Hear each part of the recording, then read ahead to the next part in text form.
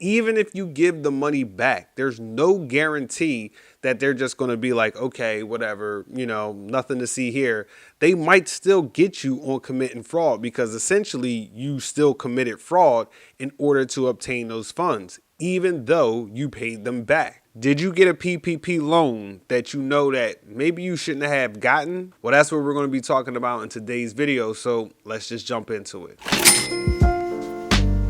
What's going on, guys? Welcome back to the channel. And in today's video, we're going to be talking about the PPP loan, the Paycheck Protection Program loan that a lot of small businesses, 1099 contractors, and maybe even some scammers and fraudsters got a hold of. The reason I decided to make this video is because I've had a lot of people reach out to me on different social media platforms, even through my website, and they've been asking me a lot of questions about the PPP program. And now these questions range from a wide variety of things. Some people ask me, what do they do if they got the loan and maybe they know deep down inside they weren't supposed to? They also ask me, how do they go about returning the money of the loan? Some people I've even talked to don't even know who the lender of the loan is. So let's just jump into all of this. So I'm not going to go into the whole backstory of the PPP loan. You already know about it. But essentially, the way that you qualified for it in the first round was that you went off of line 31 on your Schedule C. Now, your Schedule C is a tax form that is included in your taxes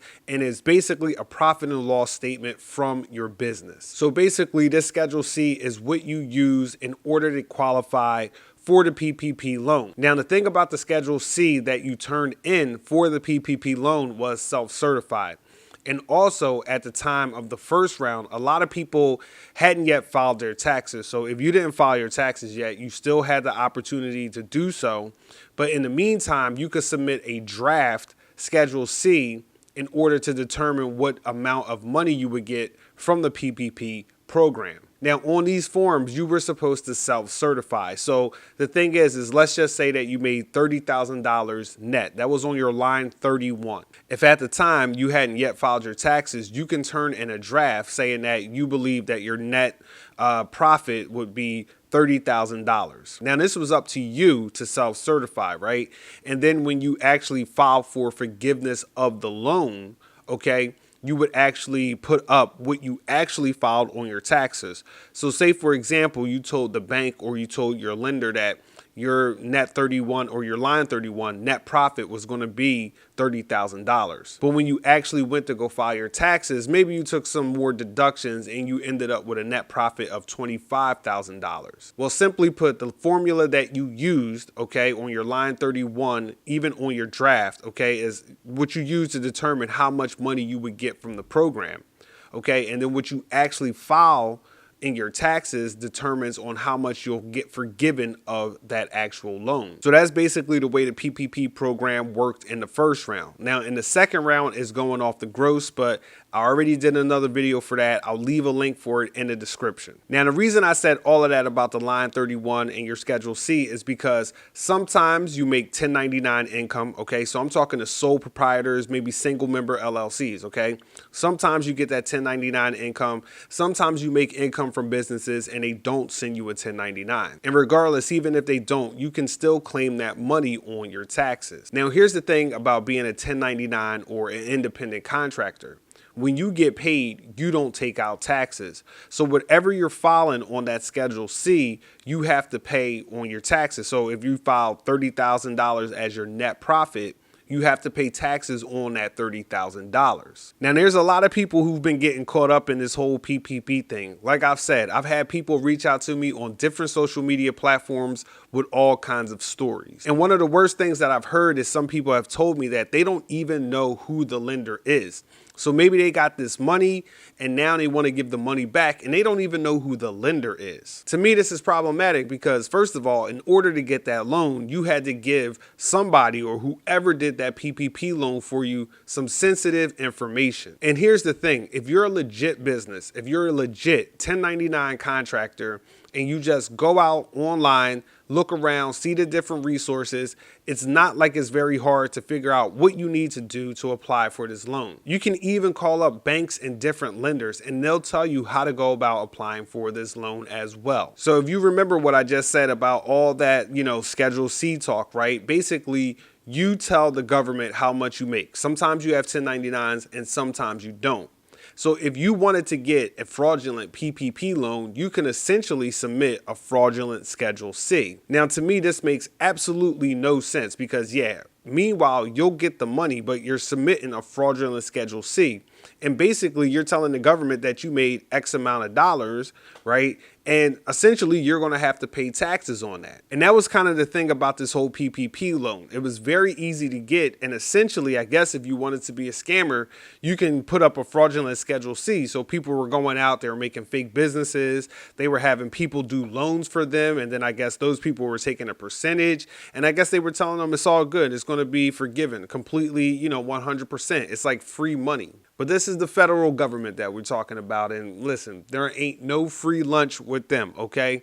Basically, they can, run all of your information. So like I said, in order to get this loan, you had to give up sensitive information. A main one being your social security number, right? So hopefully you didn't have somebody go out and get this loan for you because you gave them very sensitive information in order to obtain this quote unquote free money. Now, here's the thing. If you legit qualify for this loan, you should absolutely take advantage of this program. But if you don't legitimately qualify for this loan, and you take the loan, then you are at jeopardy for committing fraud against the federal government. So let's just say that you got this loan on fraudulent terms. The question next is, well, are you going to go to jail? And the answer to that is, well, maybe. I'm assuming that they'll probably go on a case-by-case basis. But if you fraudulently got this loan, you better try to give that money back as quick as possible. Even if you give the money back, there's no guarantee that they're just going to be like, okay, whatever, nothing to see here. They might still get you on committing fraud because essentially you still committed fraud in order to obtain those funds, even though you paid them back. So I know right now there's a lot of temptation out there. There's even been people who've reached out to me and asked me to help them with their loans, which I'm not doing. I'm not a professional. You need to go find a professional, or you need to go out there and do the research and talk to the people that you need to talk to learn about this program. Because like I said, if you're eligible for it, it's a great program to take advantage of. So if you're legitimately eligible for this program, absolutely go for it. But if you're not, just leave it alone. There's no free money. There's no free lunch when you're dealing with the government, and you don't want to get caught up in something where there's no statute of limitations, because essentially they can come get you at any time, even when you think that the heat died down. So I'm just making this video and putting it out there that if you are thinking about getting a PPP loan and you do not qualify, I would just stay away from it. Just look for something else. But in the event that you have an actual business, you're an actual 1099 worker, maybe you're doing Uber, Lyft, DoorDash, maybe you're a freelance photographer, videographer, graphic designer, blogger, YouTuber, whatever, okay?